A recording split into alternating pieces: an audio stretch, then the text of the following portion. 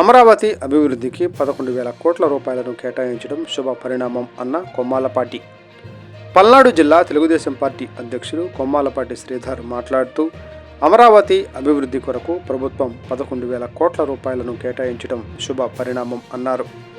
గత 5 ఏళ్ల కాలంలో వైసీపీ ప్రభుత్వం అమరావతిని అన్ని విధాలుగా సర్వనాశనం చేసిందని అన్నారు.